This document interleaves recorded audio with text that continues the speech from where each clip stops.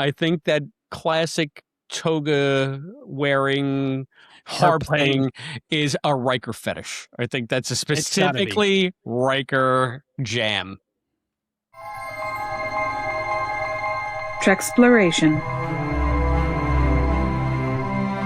Hello and welcome back to Trexploration. I'm Albie.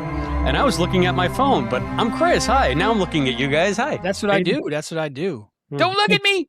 He saw me looking down. And he said, I'm going to show that bastard.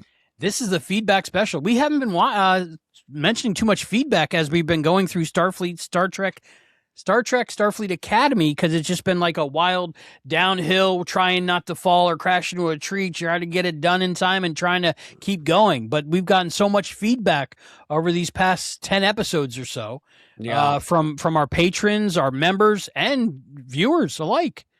So I figured we'd go through some of them. I tried to. And, here's the thing. A lot of them on the feedback. Yeah, maybe feedback on the feedback. I tried to pull stuff that was a little bit more general rather than specific to episodes because I didn't know, like, at this point, what the value of talking about specific episode points would be since we weren't able to do it during the episode review. Another thing is our reviews are like, already 9 hours long. Yeah. To have like an some got next to 4 legit. What we used to do with 11/22/63, not 11/22, Castle Rock TV podcast, we would do complete feedback segments every week, and they would be for Patreon subscribers. So maybe we'll start doing that with Strange New Worlds when it comes back on. Maybe we'll do a feedback segment. I know it's, again, we're always running the gauntlet trying to get this stuff in the can, but... yes, Captain Charles has been sending feedback every episode, so... He does, yeah, and I kind of miss doing stuff like that because I know that we have a great community of Trexplorers, and I really want to engage with them more and make it so. And what else can I say that Picard? Show me streaks of light or something. Please go now. But yeah, I mean, it just becomes unwieldy. When you're doing it, so I think we'll figure something. There is so much, and that's the one place where we fall down, I think, is feedback. But again, if we have influencer guests on, we don't want to waste too much of their time just doing our shtick while they're our guests. So it's one of those things too. Now that we're over that hump, we can spend more time, delving into the community, which is the part I like.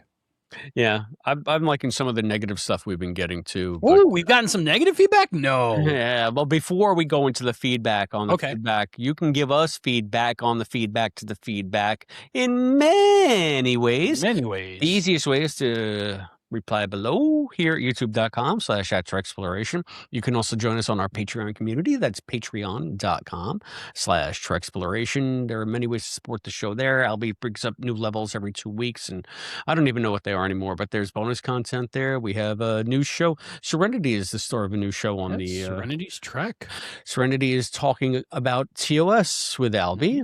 Now she's never seen a lot of that, right? So a lot of this is her first time through with that, and it's probably it's like an actual teenager, like a young teen. Yeah, she's almost 14, and you know what she reminds me of. She likes Star Trek. Like I like fast food meals. Like if I go to a restaurant and try a fast food meal, and I enjoy it, I'll get the same one every time I go, and yet there's 28 other things on the menu that I haven't tried. So she's the kind of person that watches Star Trek, but will watch like 15 episodes of each series over and over again. Then she decided, you know what? I need to watch them all. So let's go in order. And I was like, okay.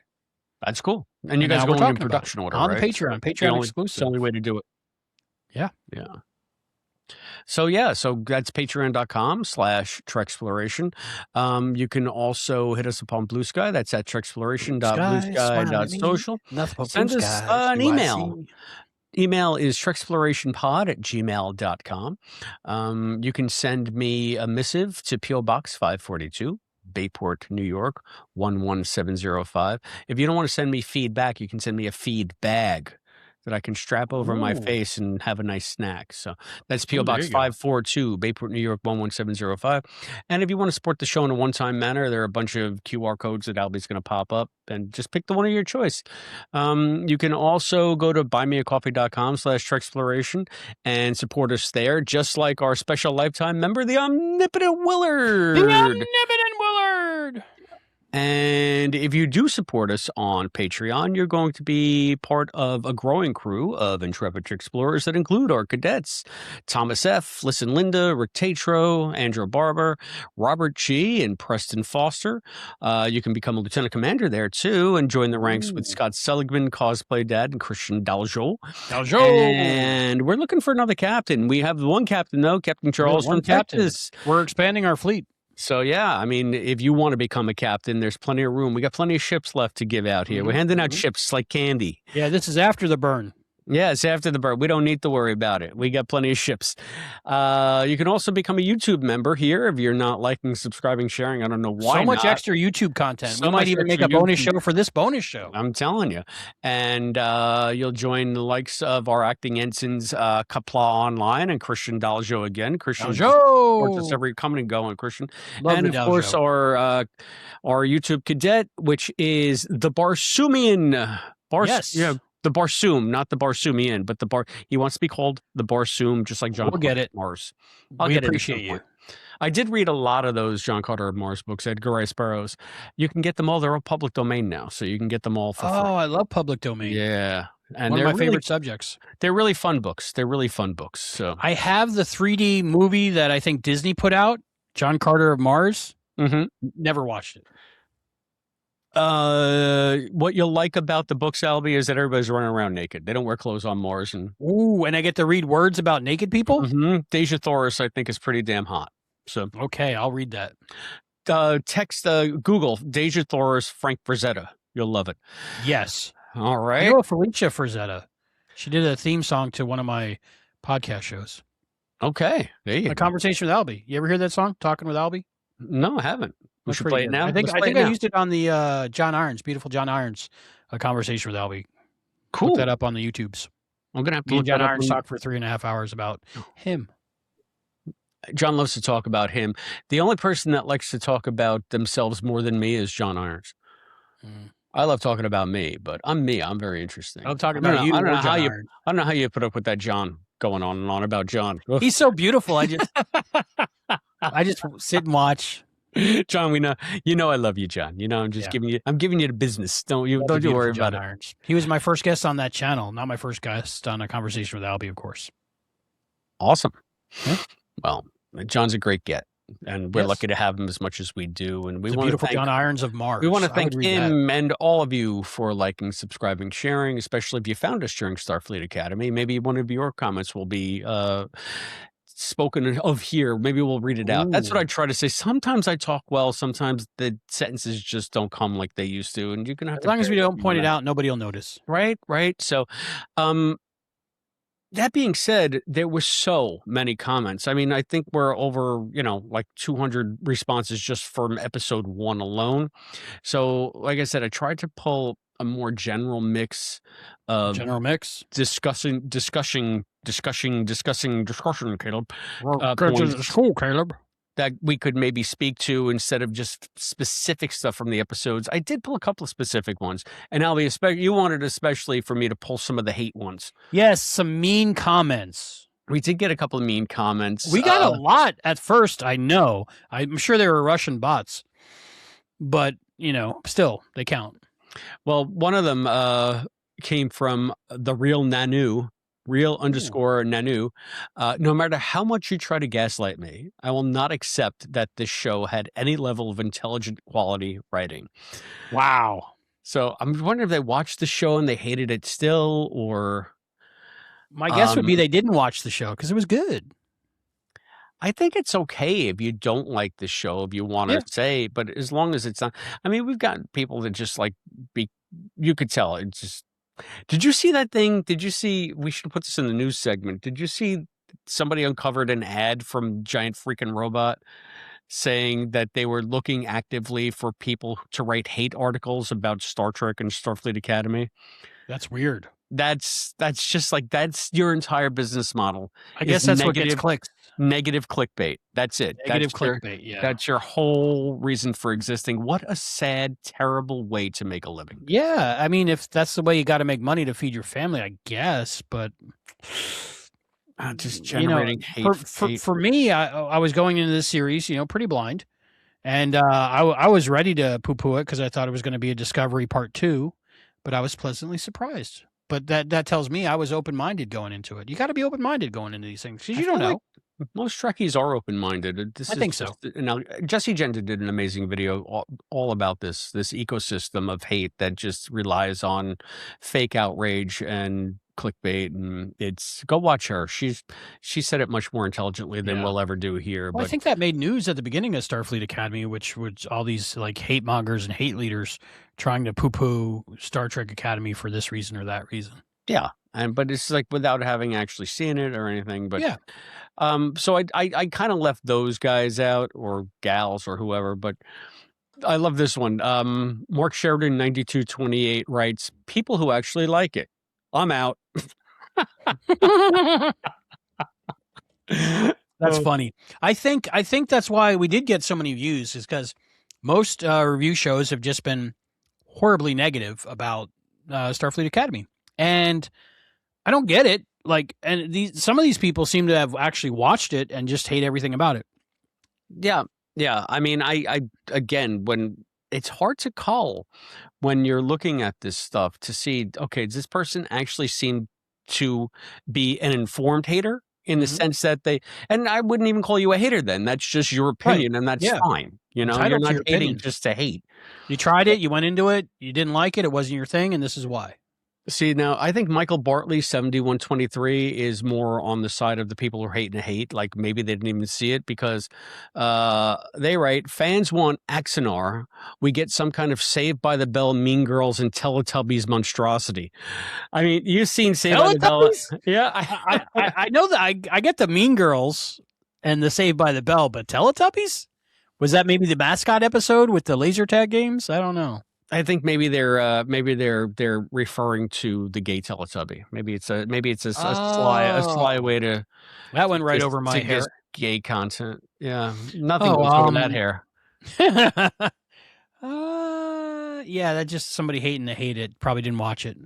So, and do we want Axanar? I mean, I remember when the Axanar trailers came out, I was kind of excited about it. Did they never release it? I never watched it. I never know. Well, then, first of all, what happened was the guy who like embezzled allegedly or something. He raised over $1 million for this. That's to make a fan, and then from what I read, now this is just, I could be wrong, so it's not allegedly, but for if my memory serves, he then took that money and instead of making the movie, decided to buy a studio and open a movie studio, so that he could then have more productions there and make the Axanar film instead of just making the Axanar film. But they never made the Axanar. And they never made the Axanar because, if you recall, Gary Graham, the late great Gary Graham, was going to reprise his role as Soval in that from Enterprise. Alienation. And, there was a couple of other like Trek names that were attached to it, and the one who played Ellen in Battlestar, Ellen Tighe. Yes, she was in it, and yes, I do remember that. So, but anyway, with that whole debacle, that's when Paramount put down the restrictions on all the fan films. And that's why Star Trek Phase 2 became the Star Trek set tour, because they had to close shop. James couldn't make the movies anymore. They let Vic Mignogna can finish up Star Trek Continues, but he showed them the books. He's like, we're a nonprofit. We have this many things planned out that we really have in the pipeline. And they gave him like special dispensation to do that, as opposed to this debacle that, in my opinion, bilked fans out of the stuff that they paid for. So, right. It seemed not legit. Maybe it started out that way, but then when somebody gets some money, they get some Daffy Duck in them, Yeah, maybe. So anyway, that being said, that was the sad history of Axanar. You can look it up. I'm sure all of like the Axanar preview. This explains why I haven't watched it. I've been very confused as to why I haven't watched it. It never came out, but I remember seeing scenes from it. I guess that was to promote the it was to promote fundraiser. I think it was a GoFundMe or whatever it was. So. Speaking of GoFundMe's, send Serenity to space camp. That one's legit. That is legit. Too legit to quit. Too legit to quit. I'm legit. I'm legit. Are you an icon? I'm an icon. Who's your favorite? My favorite icon is Icon Science Fiction Convention at Stony Brook. Okay, cool. It's my favorite. I don't do so that anymore. we're doing a last little push for that. Serenity goes at the end of next month. So that's GoFundMe.com/Serenity Space Camp. You put there's a code. I'll put the thing on the thing. We're looking to raise about $500 more. So for accommodations and travel expenses. Yeah, so we're just about over the hump on that, and thank you for everyone that. Thank you so much. We had a really nice rally of fans. We did a lot of different programming to promote it. And Albie, how far out are we from that now? When are you guys going? The end of April. Oh, okay. So it's pretty soon. I think the last week in April. Yes. So it's imperative that we get some travel and lodging set up soon. Yeah. So. But the actual class itself, like the tuition, the fee, whatever Space Camp collects in Huntsville, Alabama, that's all been paid thanks to everyone who donated. Yeah. Again, thank you everybody who stepped up for that. It's great that Serenity is going to be able to experience this, and she literally couldn't have done it without all of your support. Nope. So if you want to help, so that when Albie goes, he doesn't have to sleep on the street, and he can actually have something to eat while he's there. I do have a tent, but the problem is it doesn't have those poles that hold it up, so it's more like a really big sleeping bag. Gotcha. Yeah. So one that you might suffocate in, so be careful. Yeah, but I don't want to show up to the graduation all disheveled and smelling like I slept in a tent for a week, right? No, you don't. I think that's a very reasonable thing for you to worry about. Yes. I mean, it doesn't have to be 5-star, not like when we stay where Chris stays, but I want a 5-star tent. I'll take a half-star place as long as it's got a shower and an internet connection. So I don't even need a bed. I can sleep in a chair. Can't be any worse than that place we stayed in Texas. So. Oh yeah, but the environment was Memories. Great. The environment was great. There's nothing like staying across the street from a strip joint.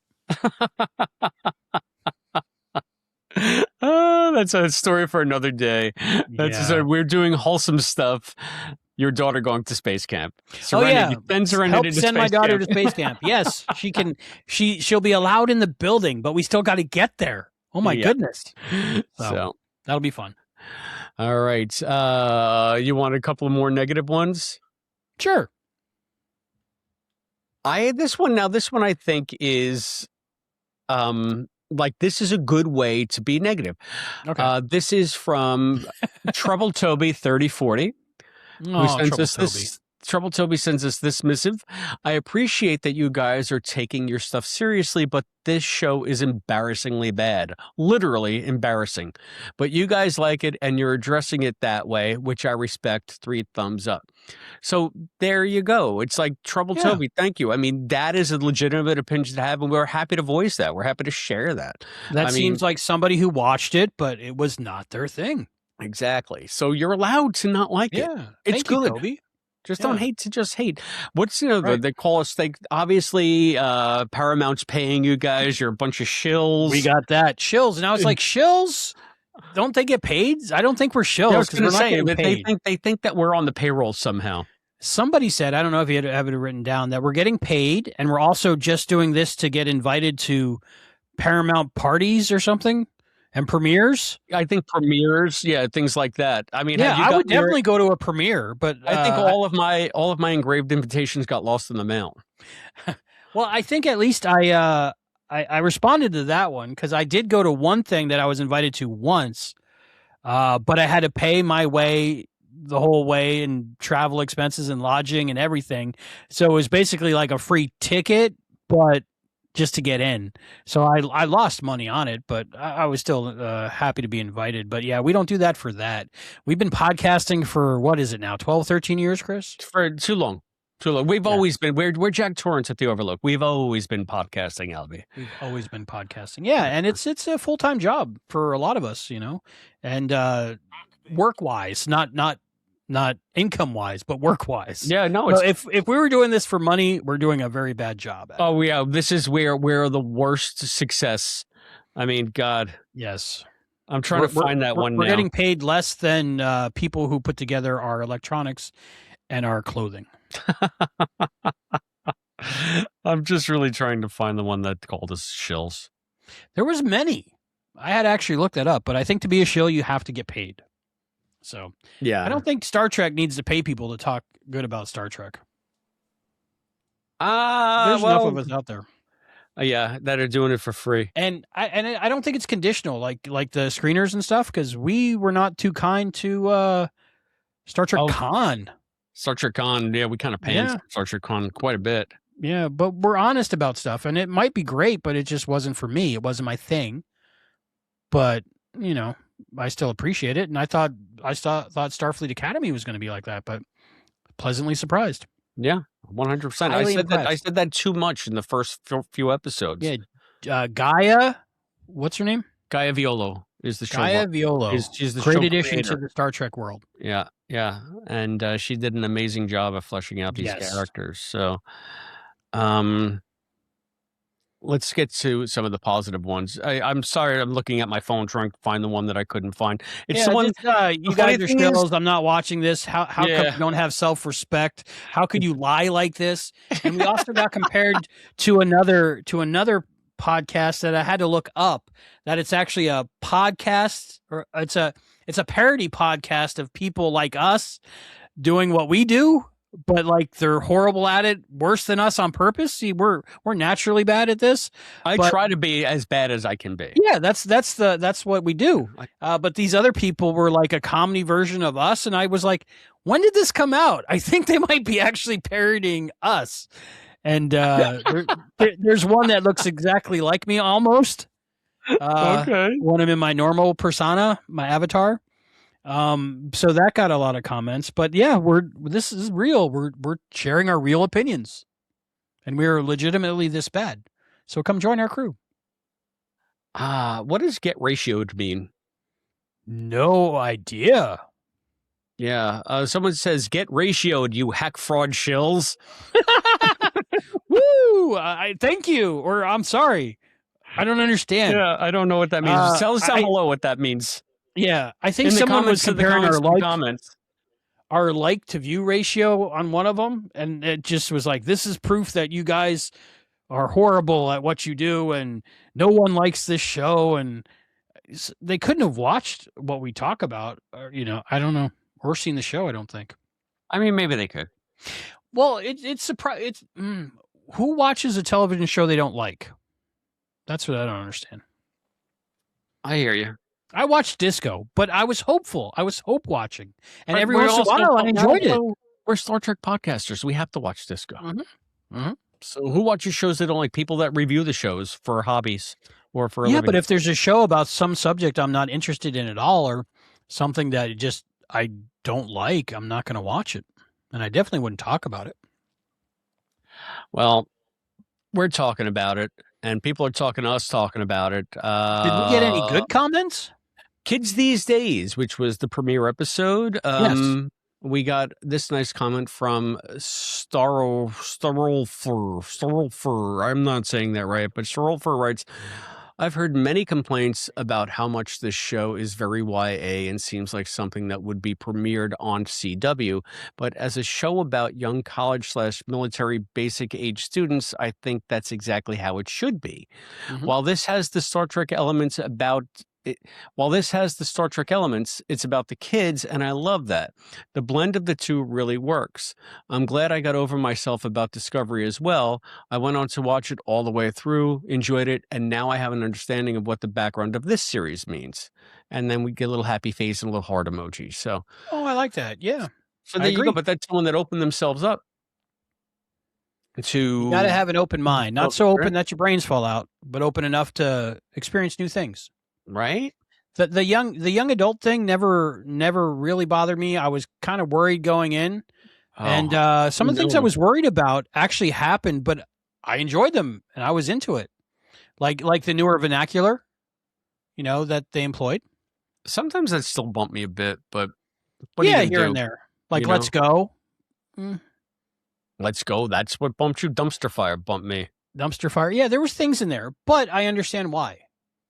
But yeah, I hear you because it's got to speak. It's got to speak to the hep kids. It's the it can't be. It can't be stuck in the 1960s. It really can't. Cannot be stuck in the 1960s. No. But just like we are stuck in the 1960s. We got a nice response to Rubicon. Rubicon. Title. Is it Rubicon or Rubicon? Rubicon. Let's go on about 40 minutes on that. Come on, get happy. Did you listen to that podcast yet? Did you have the 4 hours? Yeah, I have. Laura, and he got a lot of walking in. Laura Redenbaugh, 2440, writes about Rubicon. Oh, now this is something. There's a complaint about the way we've structured our show. Okay, and this lies directly at your feet because you always get the fourth. I wish your fourth talking head would not be a professional or even semi-pro writer. It seems like ego gets mixed in too much. Chris says the episode is telling you what to think, maybe, but it is saying that the villain is not simply evil. A non-Trek show would just leave him as evil. Funny that so many commenters say DS9 is their favorite Trek, while Cisco punched Q. Now, I had a big problem with the way that Aki punched. Yeah, I think most of us did. In the mouth because it's not. But Cisco punching Q is like a baby punching a wall. Yes. Q is just more surprised, and there's no way you can hurt a Q. Right. I think for me, the reason Nala punching Paul Giamatti at the end is we're too close to, the police brutality, and not even police brutality, people pretending to be police brutality, in our society. And I think we're too close to that. And it just shows that, like, the good guys would be calm, rational, and not abusive. And for that just stuck out to me, that Nala punching Paul. Well, you know what it reminds me of? It's this adage that I've heard about in comedy. If you're going to make fun of, you should always punch up. Up, not down. Right? Not down. And what happened, like Cisco's punching up metaphorically and, based on the level of the species.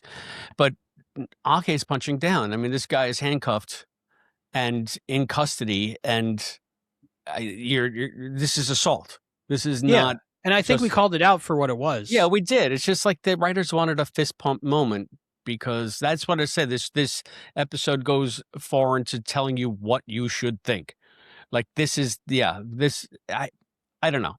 It's so manifestly not Star Trek to me. Right. Those parts bump me, and they still will, because it started out with Nala Aki separating families, and it ended with her punching someone in handcuffs. So yeah, not good.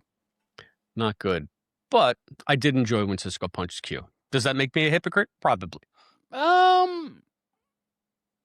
Like you mentioned, but to me, it's like somebody playing with a mouse. The mouse isn't really going to hurt you if it punches you. Yeah, Picard never hit me. I'm not Picard. Q was just playing with them, so. Yeah. Well, anyway, so thank you. So was that a good or a bad comment? I'm not sure. No, it's a comment of someone that's watching us and replying and thinking, and to me, that's a great comment. I don't know if I kind of like having TV writers on, just because I'm a big fan of TV writers. Yeah, I mean, I'm not sure that like ego got in it. I think that maybe what they're talking about is the fact that, of all the people that we had on, Matt seemed to be the most negative when it came to reviewing Starfleet Academy. He seems to be the most negative of many people we've had on, just for New Trek in general. So it's a point of view that we don't often have on our show, and it's not one that I eschew. It's just that we just didn't happen to have a guest that thought that way. Yeah. If you're going to be a guest, you're going to be a fourth. We want you to be honest, as long as you're contributing. Whatever your opinion is, yeah. And it's not like he wasn't watching the episodes and was just poo-pooing it from the outside. He was actually watching it critically and giving his opinion. And that's not a stipulation of when you come on the show is, okay, you have to like it. Right. It's like whatever you think is what you think. So I'd be curious to know they were turned off by some of the more negative feelings that because Andy wasn't as anti or seemingly anti as Matt, and but he still had problems with it. Sure. Yeah. Well, I brought them on more as Star Trek podcasters and television writers, but their podcast is two television writers watching Star Trek. Yeah. So, everybody has their thing. And I enjoyed meeting both of them. So thank you for getting great them. People. Very interesting. They have really studied opinions about the show. We're a big tent. We can all agree to disagree sometimes. Yes. So And I was just fanboying because I listened to their show for many years. So that was a personal indulgence of mine. Well, there you go. Well, it's your show. You can indulge. It's funny. We were talking about Axanar. I was thinking like maybe we could get like a James Crawley on, just talk to Jim about the that'd be great. So I went up there and I saw the one that he did in Fort Ticonderoga because it's kind of adjacent to a place that we were staying in Vermont. So it was easy to just pop over and then come back over, because they're right over the border. But if I had my New Hampshire vacation to do over again, I would have added a few more days for Ticonderoga. Yeah. I mean, it's a little bit. New Hampshire's on the other side of the state, so you'd have to cross through. Vermont's not hard to cross through, but you got to go over a couple of mountains. That's the thing. Yeah. So it still takes a little bit more. We're so high, we're in the clouds in Dublin. Yeah. So, but I would recommend going to see the Star Trek set tour. I would love to have James on. He's a original Trekkie. I mean, he learned to sew to make his own uniforms. Yep. And he made his own Star Trek. And those are good quality episodes. He's an Elvis impersonator too. So maybe we could have him on the QLP and we could talk about Memphis Melody. That'd be amazing. One or the other or both. So James, we know you're watching this. So reach out at us, James. James, big fan. So, and he could tell us what it was like on the set of the Kelvinverse Enterprise, because he's got a non-speaking role in that, but you can see him in the background on the bridge. Yeah. Oh, cool. He's prominently in one shot with Chris Pine. I think I remember something about that at the time, but I don't recall it now. What was that one? That was Continues? It was Phase 2. Phase 2? Yeah, they renamed it Phase 2. It used to be Continues was Vix. Oh, Vix. Vic Mignogna's. It used to be Star Trek, I think, New Voyages, and then they turned it into Star Trek Phase 2. What I loved about what they did there, besides the high quality, I mean, it was basically as good as a 1960s Star Trek episode in every way I could imagine. I think Star Trek Continues was a little bit better quality, but I enjoyed both. I enjoyed both too. I watched every one of them. Both of them. But the James one, how they almost bookended it, and it was like it ended right before the motion picture started. Yep. I love that. I absolutely love that. Yeah. So, and he had. It's funny. This is why I was thinking about maybe seeing we get James on as a fourth when we do Operation Annihilate. Oh, that'd be great. He brought Peter back as a main character. Peter Preston? No, Peter Kirk. Oh, Peter Kirk. Okay. Yeah. That's right. So, and there was some controversy about that because Peter Kirk in his series was gay.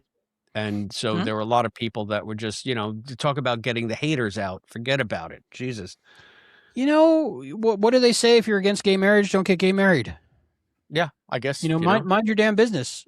I'm happy with anybody who can find love. I'm very happy for them. I haven't found love, but I'm happy for anyone who has, including you, my friend. You found me.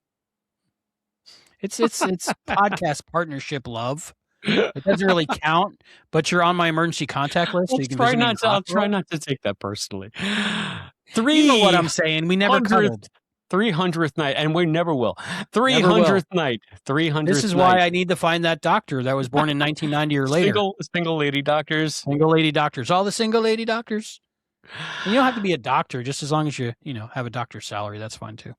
David HHH99 writes regarding 300th night. The whole idea of Sam's virtual childhood makes no sense if you really look at it. How would the makers have known anything about a human childhood and lifetime to create for her? If they knew that, they wouldn't need her to be their ambassador to help them understand humanity. Was it all from the doctor's memories? Was anybody else there? And what was Ake doing? I was surprised she didn't join it to be the mother figure, but others have pointed out how inappropriate it would be for Ake to become a mother figure to one of the students she's a chancellor over. I will be So, your mother figure till the end of time. Yeah, it's one of those things when you look too close at it, it might break it. The Triple H 99 might have just broke it a little bit. It doesn't make sense. A lot of people have said, was the only person there with Sam for all that time the doctor? Because that's right. just weird. But then, did she have fake hologram friends? And then, if they're holographic organisms, are they real friends or fake friends? Are they in a holodeck? Or are they just in the matrix that is the consciousness of the cask? Yeah, I don't know. I mean, I look at it this way. They mention in that episode specifically, it wasn't 300th night. It was the life of the stars. Yes. They said, we've scanned all of your memories, doctor. It's fascinating. So maybe they were able to use the doctor's memories to extrapolate what they needed, because the doctor is essentially a Federation database. He's a computer construct. So I think anything that you might want to incorporate, he's a hologram. Every hologram, holodeck has multiple programs from multiple different eras, from multiple, just because we saw Tom watching a dumb 50s TV and fixing a car in his driveway. I want that 50s TV. I want to be back with dicks, with shaking dicks. Not as much as I want the television from The Cage. So that's a pretty cool television. It's like the Guardian of Forever with a flat screen in it. It's pretty cool. It's got to exist somewhere. It's got to. If it was only the doctor and some kind of fake holodeck growing up, does that count? I mean, it counts. I mean, it's like saying what define counts. It's the only thing that they know. Right. She had 17 years. Yeah. But was it like the movie The Room, where like it's just her and her parent stuck in a room for 17 years? No, I can't imagine years? that they wouldn't have had some kind of social structure. Yeah. Otherwise, what is she learning? Right. And I think you're just seeing the fun moments between her and the doctor. And that's another thing where you have to realize that fiction has its own demands. And sometimes you have to go for the emotional payoff and the emotional truth of the story rather than the practical truth, rather than showing. It worked wholeheartedly. And that's so it. It did its job. It did its job for the fiction. And it gave you an evolution of Sam. It gave you an evolution of the doctor. It gave you what you needed for things to move on. So I think we can look at it as closely as we want to. You can just assume that it was a normal childhood. Yeah. Well, and Chiwetel Ejiofor played the cask representative, or whatever the name was. I was kind of disappointed that they didn't have him on screen, because I'm a fan from Serenity and Love Actually and different things. Well, they said, if you go back and if you haven't watched our news segment after this, but they said that the second season of Academy is going to have more relationship stuff, most especially Sam, who did not have the ability to really crush on anybody because she was, a month old? A zygote. Yeah, she was a toddler. And now they're saying that she's going to have feelings like that, this new version of her. So we might get some insight into what actually happened in those 17 years that we didn't see, where she could discuss, I had a class of whatever it is. This is the environment that I lived in. Flashbacks. So yeah, exactly. There might be a flashback. She might talk about, hollow people that she met, that she was friends with. And they're basically computer programs, their consciousness, right? And computers can work so much faster. So I don't think they even needed to be there 3 weeks. They could have just fast forwarded it all. I don't know. but technically knows? she lived out the 17 years in real time. Yeah. In Earth time. So I think that there's more story to mine there. And if they want to revisit that, they can. And flesh out that experience specifically. There was a other thing I heard about that episode about that. It was where the doctor said that he lived a lifetime on that other planet that had the accelerated time with Daniel Day Kim. But it was only 3 years. So that was like a discrepancy. But I think that was one of those things like, Walter Koenig not mentioning that he had never met Khan before. If you mention the problem, they might not give you the episode or the scene, Yeah, they always said that maybe they ran into each other below decks. But yeah. I did I'm sorry, David HHH99. I did a disservice. There was one last line to his Okay, what was that? It was on the next page, but it makes for some interesting character drama. So he appreciated the dramatic aspects of it. Mm-hmm. So I'm sorry that I look too closely. I just actually'd you when you already actually'd me. I'm sorry. Thank you for the actuallys. We'll take them. Curtrections, I think we call these. Yes, curtrections. Yes. So yeah, it's one of those things that it doesn't quite add up, but I appreciate what they did. All right, and to me, it adds up fine. It did what I needed it to do. That's all. The Fault in Our Stars. Yeah, The Fault in Our Stars. The Fault The Fault in Our Cars. Yeah, that was my favorite episode. Oh no, that was Tom's holodeck program. The Fault in Our Cars. Oh, it was. Yes, Fairhaven. With that had cars out of the way. That's why he was in the driveway fixing it all the time. Yeah.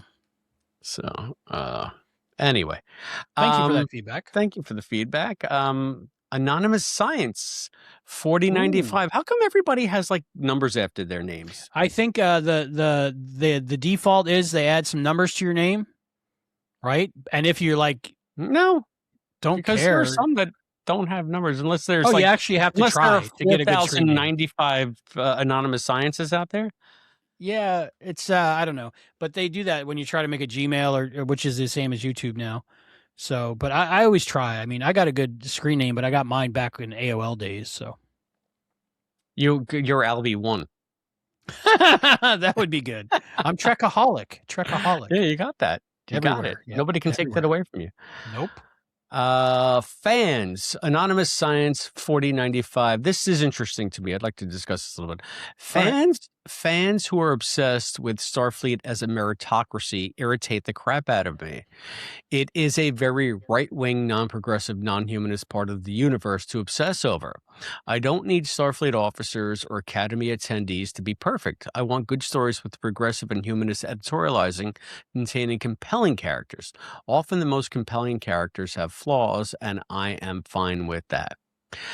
This speaks to something that annoyed me a little bit about the show. Aki, the way Aki sits in the chair. Like, I feel like, and some of the more casual attitudes that we see in Strange New Worlds that would not have flown on Kirk's bridge, that would not have flown on Picard's bridge, really. I mean, kids weren't allowed on the bridge. Like, right. Now every bridge is a big party.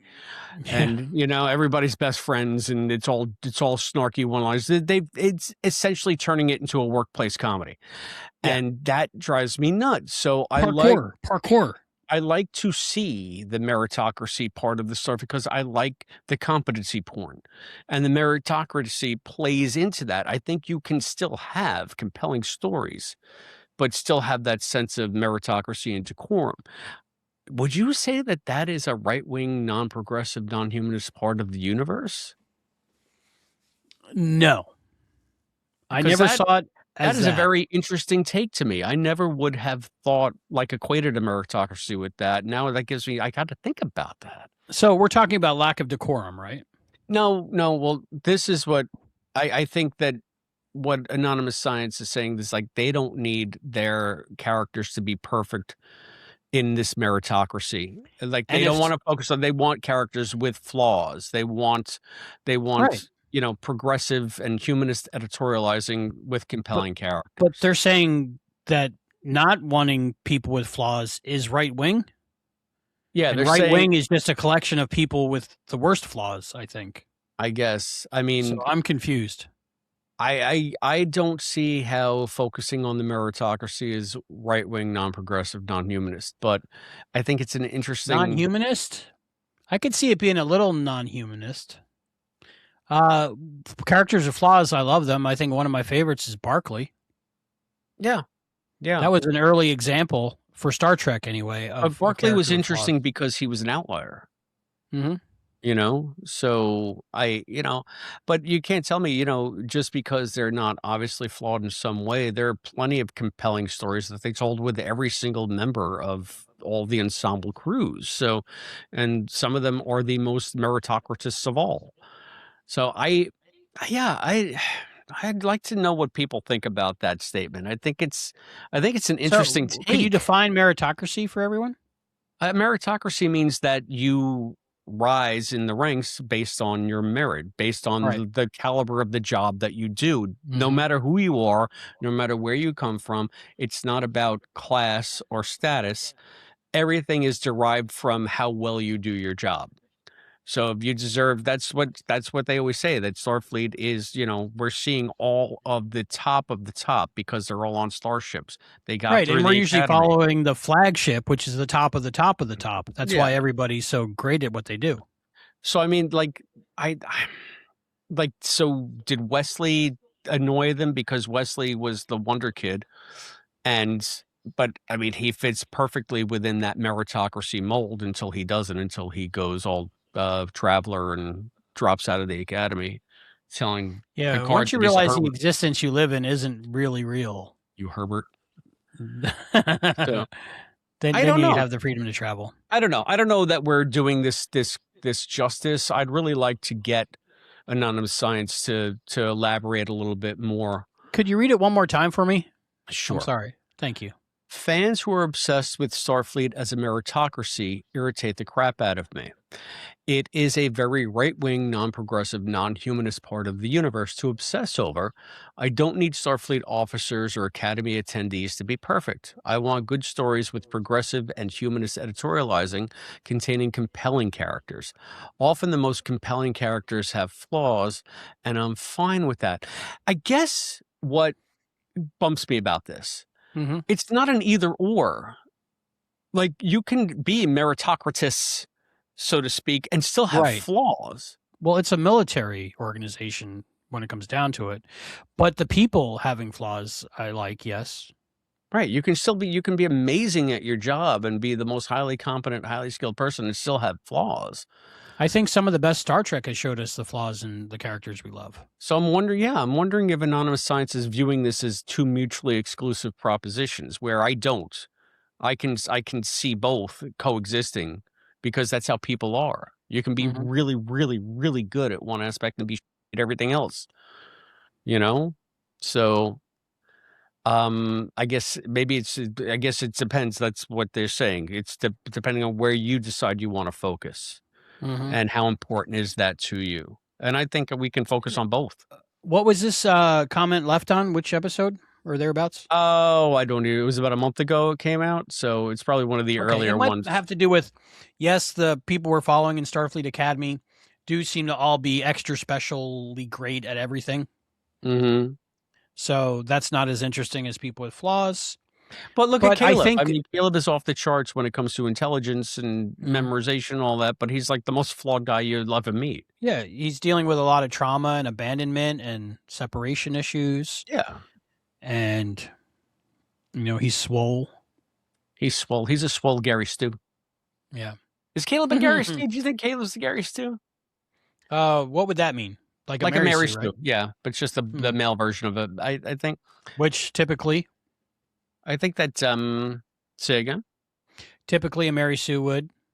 Oh, someone that comes in, they're great at everything. The characters immediately fall in love with her. They all want to be with her. She becomes everybody's new favorite best friend. And she Mhm. usually has weird colored hair. This is what I read about Mary Sue because I didn't know what it Okay. was. I didn't know about the colored hair part. So the Gary Stu is sort of the same version. Like I see like Rey in the new Star Wars trilogy as a complete Mary Sue. Okay. And I could see Caleb being a mayor. So it was actually Neek that kind of pointed out the one thing that Caleb is he doesn't have good emotional quotient. Like he's not good at he's bad at relationships. So that kind of just brings him off of the Gary Stu trajectory because he's not good with people. But technically, he's advanced in his knowledge and his ability to use that knowledge. Yeah, but I mean, everything with him is conditional on like just surviving, scraping by to survive. I was seeing the whole season as like a compared to Aladdin, with the street rat getting with the princess. Okay, I've never seen Aladdin, so I'll take your word for it. Aladdin is like a street criminal, stealing, gotta steal to eat, gotta eat to live. Oh, when you're talking about a Disney movie, I thought that was an actual rat, an anthropomorphized rat. Yeah. No, I think in the song they call him a street rat, but he's basically, an unhomed individual that has to steal to survive. And luckily he doesn't steal bread, or else, 24601 will come after him. But I saw the parallel between the two, because he's basically on the run, criminal, homeless, and then all of a sudden he gets put in the Starfleet Academy and he starts dating, the princess of Beta Z. Mm-hmm. Lady in the Tramp situation. They ate the spaghetti. So I was expecting them to fly a magic carpet and sing at the end, but they didn't. So Anonymous Science 4095. If you're watching, I like the word science in their name, so that's yeah. If you're watching this, tell us maybe expand, maybe comment below and let us know what part of the meritocracy specifically annoys you, because what would you consider Caleb? Caleb is flawed, but he's highly competent. So he can rise just due to the meritocracy.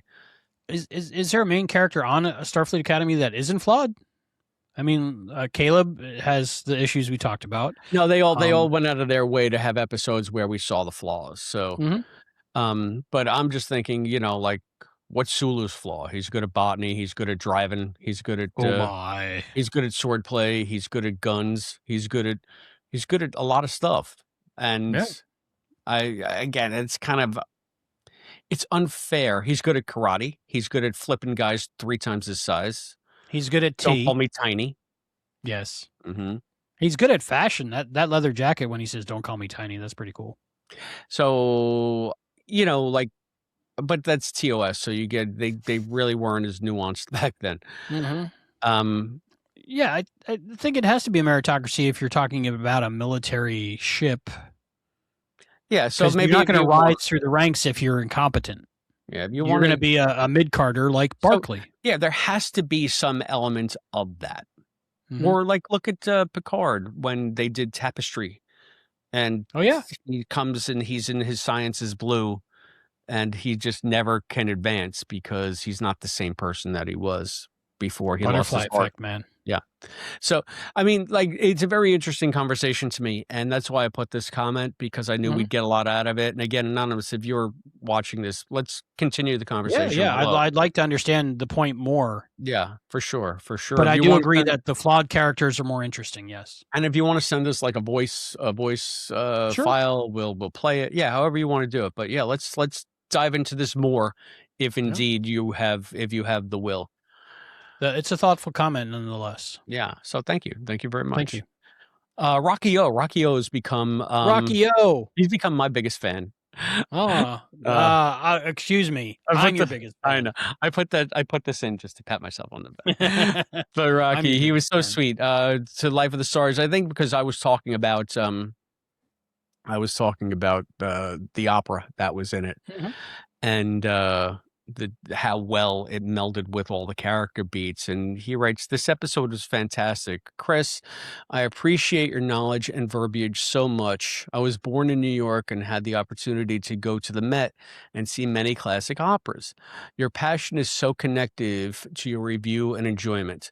I am much older than you are, but you are an inspiration to everyone, including myself." You see why I put this one in. Yes. Somebody's actually older than you. And you all... You son of a gun. You all bring out the best in your opinions. Keep doing what you are doing, and I thank you all for it. Stay well, and peace always, Rocky. And Rocky actually had another comment before this one. He said that he was at the opera one night at the Met, and he met Louise Fletcher there, and that she was very sweet. Oh So he wow. met Kai Wynn, the late great Louise Fletcher, Yes. my favorite Who villain, did she my play in favorite Porky's? Star Trek villain of all time. Was she in Porky's? I think so. You're thinking of Beulah. I don't think that was Louise Fletcher. Oh, I might have been. She was Nurse Ratchet in Oh, that's right. Cuckoo's Nest. Yeah, Cuckoo's Nest. That'll mess you up as a 7-year-old. that's for sure. Yeah. So yeah, Rocky. I mean, I love to Thank talk you, about the Rocky. opera. I'm going to be doing that opera show, like I said. Scott Madison's gotten almost done with the logo. He's gotten it almost to exactly where I want it. Now it's just a matter of time for me to sit down and talk about this and more earnestly, like plan out some shows and to really get busy with it. So if you like some of that stuff, I'm going to be expanding on it because I like that stuff too. It's stuff Yeah, I that can't I wait love to to see the talk about. shows on opera. Yeah. My plan is to watch your show on an opera and then go watch that opera once I understand it a little bit more. I hope that you're, maybe I can turn some people into opera fans or at least Yep. illuminate why it means so much to me, and you'll have a better appreciation of it in the context of the Trek episodes when you see it. You It don't have seems to like like something I would opera, but enjoy. maybe it'll bring you a new level of enjoyment for Star Trek. To Rocky's comment, I say 2 thumbs up and amaze, amaze, amaze. But your thumbs were down. I don't understand. Because Rocky can't do a thumbs up because he's a rock and he can only do a thumbs down. It's a long story. It's got to do with the Martian. No, not the Martian. Hail Mary. I got it. Okay. All right. You're not to that part yet. I'm not to that part yet. You spoil. Okay. You keep spoiling Hail Mary things for me. Rocky can't do a thumbs up, so he does a thumbs down as a thumbs up. So imagine if it was Rocky. It was the Rocky. That would be cool.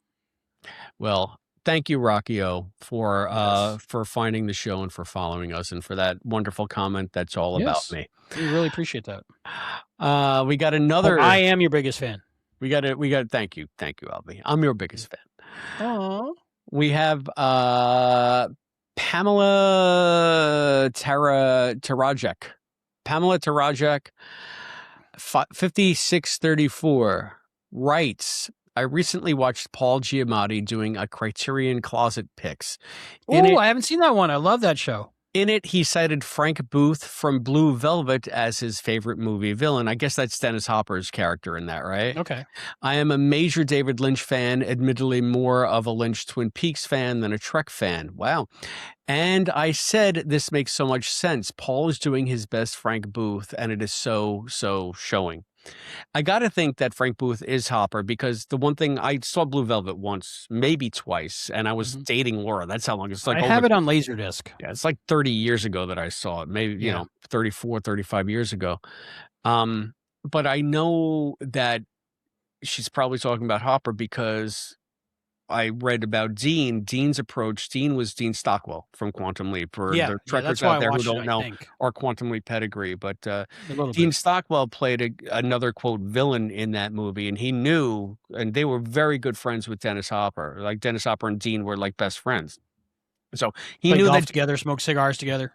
He knew that Dennis was going to go so over the top that he needs to do a performance that would contrast against Den. He couldn't outdo Dennis, so he went completely the opposite way. So I got to think that Frank Booth is just Dennis Hopper's level of crazy, and I guess Paul Giamatti channeling that does make sense. Can you explain what is Criterion Closet Picks? I think that's their channel, the Criterion, just the channel on YouTube, and they have different stars, different movie stars, different personalities go into a closet full of Criterion Blu-ray and DVD, and they give them a bag and they say, pick your favorite movies out of the closet. So they'll pull a movie off the shelf, and it looks like they've pre-told them which movies they want to select because they're slightly sticking out. Okay. But they'll pick it up and talk about the movie and then put it in their bag. Oh, who's the one from Poker Face? What's her name? Natasha Lyonne. Natasha Lyonne. That's one of my favorite ones. She did great. But they'll talk about different movies and why they were important to them. Maybe it was a certain style of direction. Maybe it was the writing. Maybe it was the subject matter. But movies that meant something to them that made them want to be actors, directors, writers. So they're 8 to 10 minutes, and it's nice. And I'll hear about a film that I've never heard of, and I'll go, oh, okay, I'll check that out. Which is I guess that's what that's for. That reminds me, like when IFC, the Independent Film Channel, used to be the Independent Film Channel, and I saw so I many used to watch movies. it a lot back then. Yeah, I saw so many movies on that you never Mhm, would have seen anywhere else, and mhm, that seems like it's in that vein. Now it's mhm. just the Two and a Half Men channel, from what I can ascertain. Yeah, no channel is what the channels are supposed to be. Yeah. That's why I don't have the channels anymore. So But yeah, yeah, Criterion, they're good. I got a lot of Criterion laser discs. I'm not Criterion complete. I don't have all of them, but I have many of them and a lot of DVDs and Blu-rays on Criterion. well, They do good. we just got done saying it doesn't make a difference that you don't have to live up to this meritocracy. You can be who you are. You can have all your flaws. You're still high up on the Criterion chain. Awesome. I am definitely who I am. I don't know anybody else's more them than me. Be all that you can be. Be all the you that you can be, Albie. All right, we've I'm been all going the for an me I hour. want to be. I only have a couple more here. All I right, a think couple more. actually, yeah, a couple more, and then we'll get wrapping up because we haven't All gone for right. about an hour. But Blake Laushi writes, I heard Sean, his team, and others mentioning the contemporary vernacular thing in their videos. I guess he means Sean Ferrick Yeah, of Trek our Culture. friend Sean. Yeah. So let me read that again. I heard Sean, his team, and others mentioning the contemporary vernacular thing in their videos. So perhaps the way I've been thinking about it since way back might seem strange, but ever since the concept of it was introduced to me, I've adopted the perspective that the universal translator is universal enough to penetrate the fourth wall whenever it happens to be working properly while making the show. So we've been talking about that too. It's just we're hearing a translation in a vernacular that speaks to us, because who knows, 1,000 years from now, it might be well nigh unintelligible to us what they're It saying. would be. I think Yeah. it would be. It'd be like us going back 1,000 years in time and trying to understand English. Right. And Blake continues, I think that if they tried to make the language expression more, quote, accurate to the culture of the period, end quote, it could very well be unintelligible to us, quote, ancient humans of the 20th, 21st centuries. So I like to look at it that way. Yeah. I think Sean mentioned something that there must be a TARDIS around as well to translate. I don't know how good you are or familiar you are with Doctor Who, but it has like a translation field around the TARDIS. So that way, anywhere the Doctor and their companion go, everything is translated for them. Because all the graffiti by all these aliens on the Athena courtyard, what are they calling that set? The atrium? The atrium, yeah. Yeah, it was all in English. So there must be some kind of translation field going on there as well. I guess. And there was a TARDIS on Strange New Worlds, right? On the nacelle of the Enterprise. So. So it's got to that might be what they use for translating. Could be. I like that interpretation. I know we've mentioned it before on the show, but I think it's become almost like a widely accepted fan theory. Just so you could headcanon some of this stuff. But especially, I mean, with Academy, they've gone over the top and with the vernacular, but that's because of the audience they're trying to reach. I hope they're reaching it. From what I understand, they're not really reaching that demographic. It's still us olds watching the show. I think for Star Trek, that's always going to be the case, quite frankly. Yeah. I don't know that Prodigy reached the demographic that it needed, but who can say? The way I'm looking at it is the expressions that are used modern day right now might not have existed in 1966. That's why they didn't use it. But it exists now, so it will exist in the future.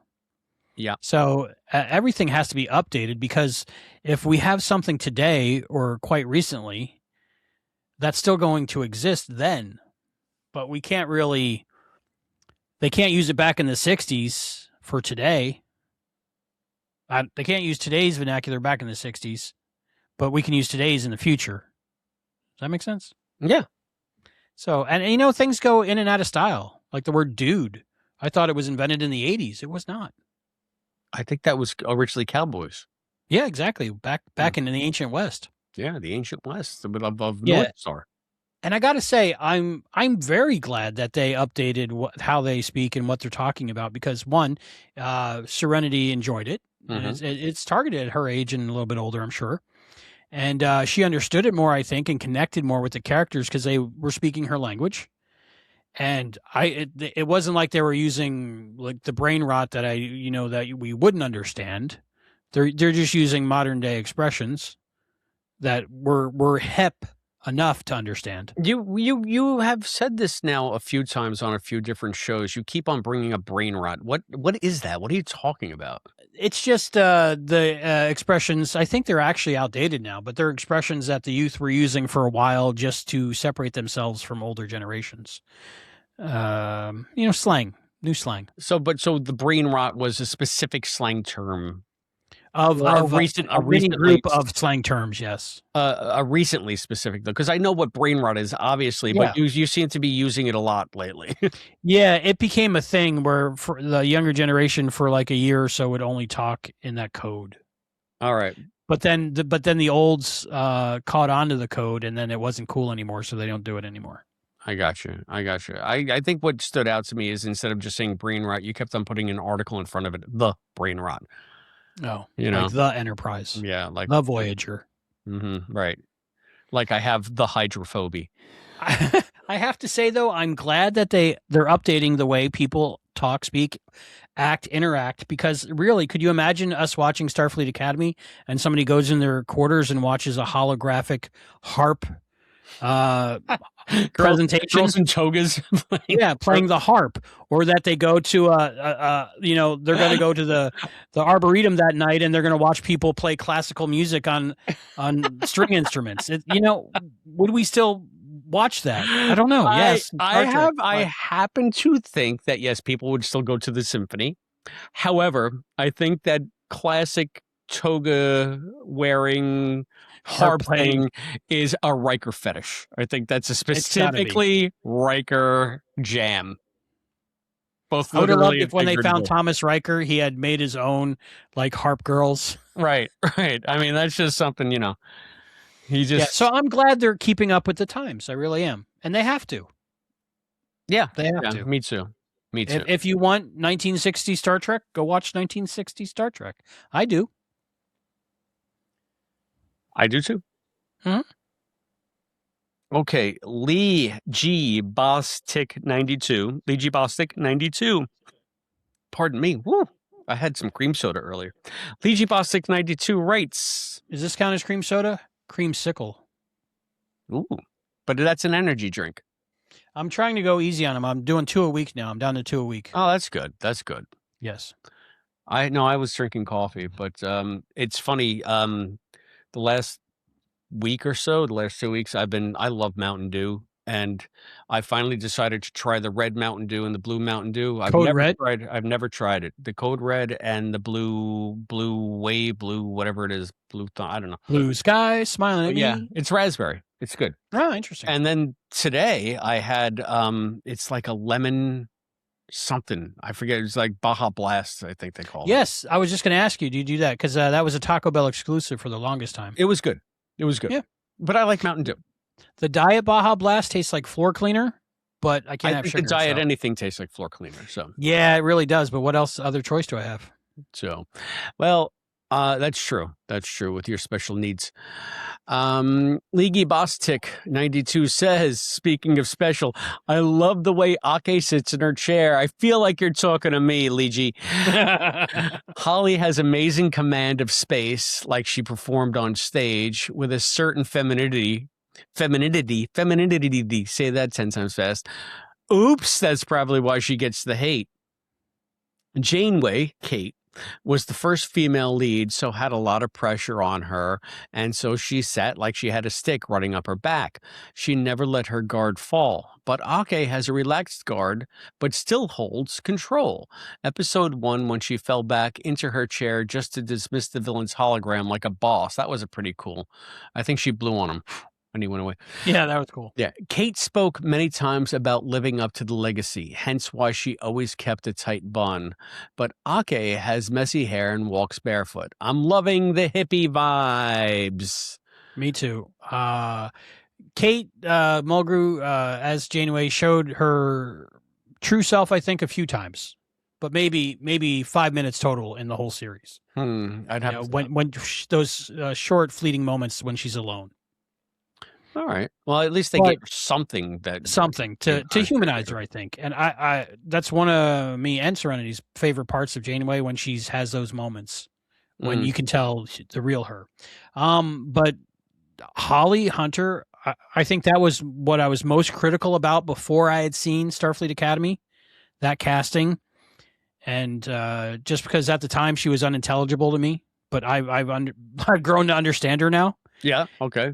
And the barefoot hippie vibe and the free spirit and the sitting in the chair that way, I'm telling you, it's a certain femininity. I did it too. It's a certain femininity, but I would much rather date a woman who sits in a chair like Holly Hunter's Nala Aka does than just straight up and down like she's in some kind of examination room or something. I don't know, like a church or something. I would much rather have a freewheeling hippie type chick in my life than the opposite. A freewheeling hippie type single lady doctor chick. Born 1990 or later. Gotcha. Single. Yes. I say single lady doctor. Oh, thank you. Yeah, it's right there. It's right there. Well, I realized very, very quickly that I was in the minority with complaining about. I loved how every guest that we had on obviously had not watched our show before, and it said the toxic Star Trek haters just complaining about how Holly Hunter sits. Every single guest guilty, I guess. but you did it by having an open mind and watching the show, and it was your opinion. So you weren't a hater for hate's sake. You were just mentioning your opinion. And I have one last comment here, but we already discussed it. I just want to give credit where credit's due. Inigo in young... Are we over the Holly Hunter thing? I think so. Are Talk you done? about her sitting in the chair. Did you grow to enjoy it or tolerate it or what? I tolerate it. Having gotten to know her character, right? That lack of decorum actually fits with the personality that she crafted for the character on screen. So I sort of get it. Do I still think that a captain's going to sit in a chair with her legs up reading a Jane Austen novel? No, I just don't think that. But that goes back to that scene in the Orville when they're watching an episode of Star Trek of Seinfeld on the view screen, as if anybody in the 85th century when the Orville takes place is still watching Seinfeld. That's number one.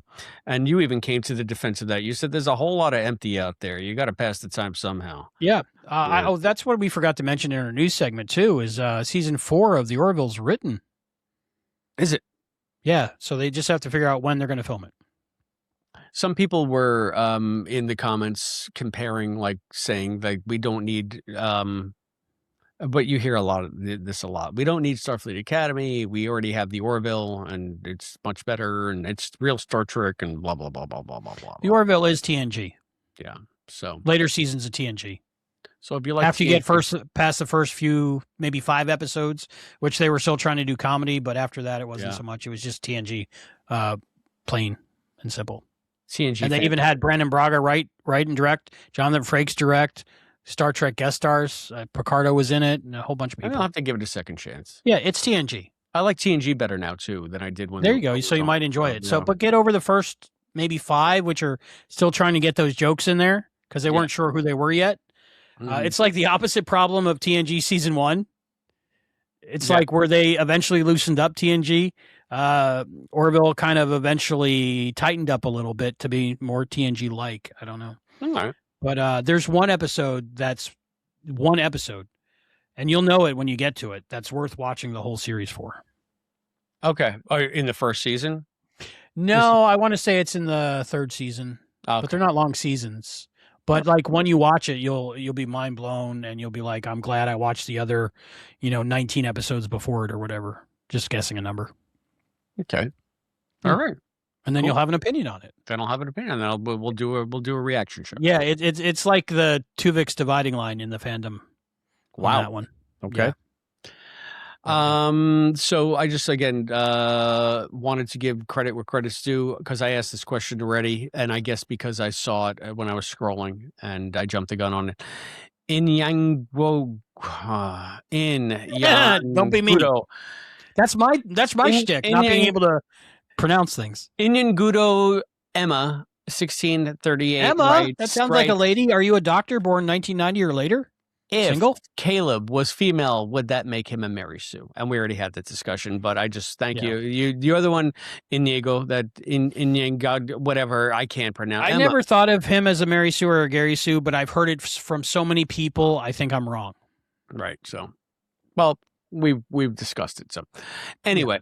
Last but certainly not least, our captain and our other patrons have some stuff to say. Did they include? Did they mention anything about Starfleet Academy?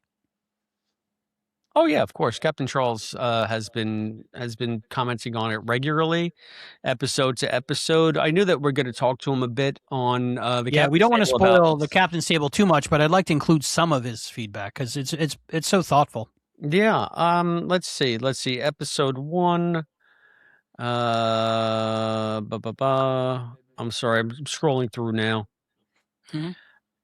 Man, the naysayers are already at it. The typical usual suspects. My theory is that they profit from hate watching, generating clicks and views just to grift.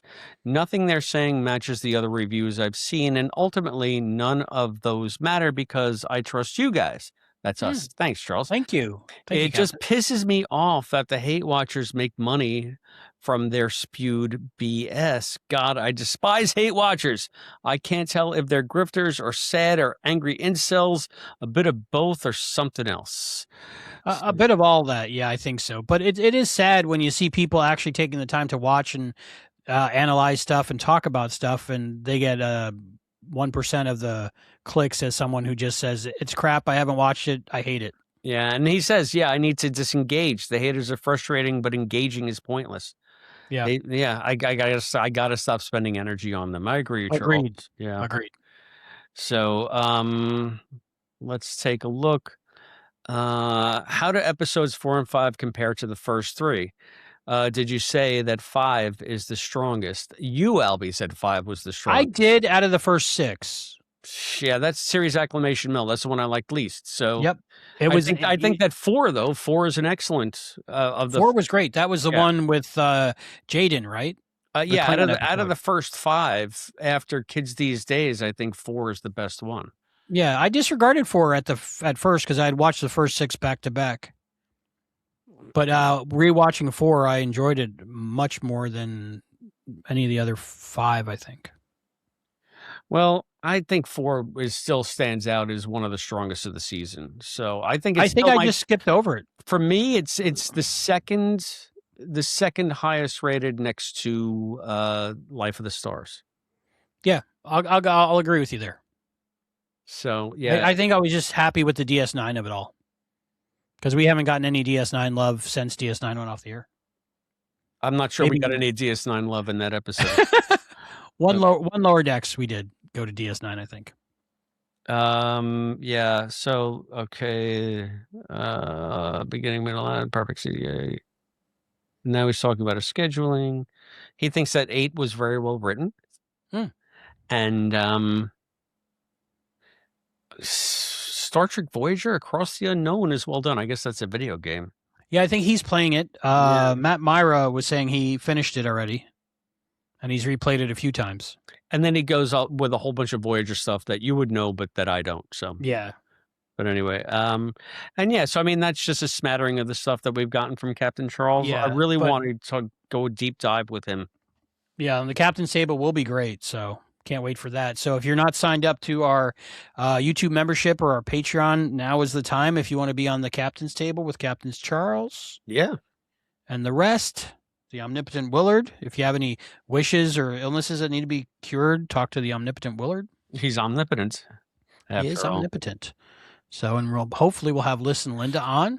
Yeah. You know what's funny? I want to have Christian on. I hope Christian can join us because Christian he's been very vocal in saying that he's not really watching Academy. He's watching our shows about Academy, and then if he gets the gumption up, he will watch Academy. So I don't know if that's changed. I don't know if we've inspired him to actually now sit and watch it. If what the availability is for him in his part of the world. Yes, but that's probably part of it is the availability. Yeah. Also, I don't know this, but I think the whole once bitten, twice shy thing and the Discovery hurt a lot of people. Yeah. Yeah. Well, I mean, if if he's being genuine. By all indications, he's loving our reviews without having seen the show. So I would say he's genuine. I know he is. Yeah. So hopefully, I think last time his camera wasn't quite working, but I think he got a new camera sense. All right. So I'm looking forward to having him on as well. Yeah, so we haven't heard much from Willard either. So Willard, we hope that you can join us for the and we know Willard watches all of it. So yeah, he's probably pre-ordered the season. So we're not gaslighting you guys. We really do like the show. These are our real opinions. These are our real opinions, and love them or leave them. Wish they would pay us to have them, but yes, and I'll put the offer down. I mean, if Paramount, CBS want to pay me to like it even more, okay. I can be bought. That would be the dream, right? Getting paid to watch Star Trek? I'll take it. That was George Takei's line. He would say, "Now, Bill, I never said I couldn't be bought." Yeah, I mean, where can I send in my resume? Yes, I would love to be paid to watch Star Trek, but no, I'm doing this out of the love for Star Trek. Yeah, so yes, me too, and I love doing it with you, my friend. I love hearing from our community. It's past time that we did something like this. So thank you for everyone who's commented. These is, like I said, this is a minuscule sampling of the thousands of comments that we've gotten at this point on Starfleet Academy. Much appreciated. That has a lot to do with our growth, and we really appreciate it. Yep. Comment down below on this video and give us your opinion on those opinions and our opinions on those opinions. Right. Do the feedback to the feedback to the feedback to the feedback. Yeah, because we might have missed something. We might have misunderstood something. Let us know, clarify, or just let us know what you think. Yeah, please. And so we'll try to do more of this stuff in the future. And much appreciated. So for Trek Exploration, I'm Albie. I'm Chris, and remember, go hit up the link to the Space Camp. Space Camp. So that's important. Space Camp. Albie, put up the link right now. Important. Link right now. Right now. If you own a hotel in Huntsville. Donate some. If you have an empty garage with a cot in Huntsville. Hey, yeah, it's not too hot there, right? I'll take it. All right. You want a Trekkie on your couch? Let me know. Contact me. Who doesn't want a Trekkie on the couch? Exactly. What if it's a lady doctor born after 1990? Single lady That's doctor. Single. Uh-huh. Yeah. Okay. So for Trek Exploration, I'm Albie. I'm Chris. And we'll see you next time. Bye. Trek-Exploration is a podcast, yeah. Chris and Albie and sometimes John, talking Trek all night and day, making no sense along the way. Published author of the Seeker book, father of Serenity, former cook. The beautiful John Irons is our friend. When we get together, it never ends. Original series and next gen. Captain Archer is our friend. Albie loves Voyager in DS9. Archer is our friend. Chris watches Enterprise all the time. Archer is our friend. New episodes, they come and go. All Star Trek is our favorite show. We get guests we can't afford. If you are new, then welcome aboard. It's Albie's only job, so donate well. Like and subscribe and ring that bell.